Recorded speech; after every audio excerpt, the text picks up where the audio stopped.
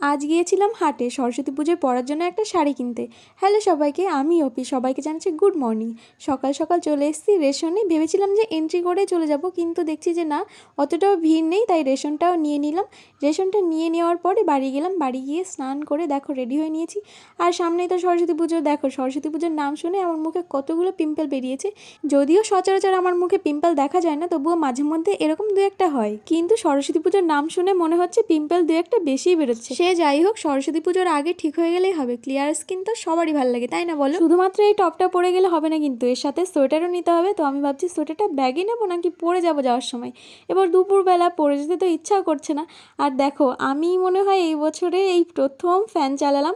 আমার চুল শোকাচ্ছিলই না, আর আমার ভেজা চুলে কোথাও যেতে না ভালো লাগে না। দেখো, আমি সোয়েটারটা পরেও নিয়েছি। তারপরে তনুদি বললো যে সোয়েটার পরে যাবি, এখন দুপুর 2টা বাজছে, এখন অতটাও ঠান্ডা নেই। তারপরে আবার সোয়েটারটা খুলে ব্যাগে নিয়ে নিলাম। তনুদি বলছিল যে তোর আজকের আউটফিটটা খুব ভালো লাগছে।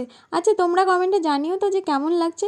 দেখো, তারপরে কিন্তু চলে এসেছি আমরা হাটে। এই যে হাটে ঢুকছি, চলো দেখা যাক কী শাড়ি পছন্দ হয় না হয়, আর কী শাড়ি নিলাম না নিলাম সব কিছু কিন্তু তোমাদের সঙ্গে শেয়ার করব। আর আজকে তো হাটে ভিড় হবেই, এটা তো জানা কথা। সামনেই সরস্বতী পুজো, অনেকেই এসছে শাড়ি কিনতে, আবার অনেকের কেনাও হয়ে গেছে।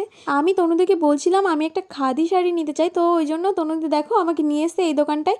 এই দোকানটায় এসে দেখছি যে আমি মোটামুটি অনলাইনে যে শাড়িগুলো দেখেছি খাদি টাইপের, সেই সব শাড়িগুলোই কিন্তু এখানে আছে। দেন আমি বললাম যে চল তাহলে, এখানে তো দেখলামই, আর অন্যান্য দোকানগুলোও দেখি কেমন শাড়ি আছে না আছে, কি পছন্দ করি না করি।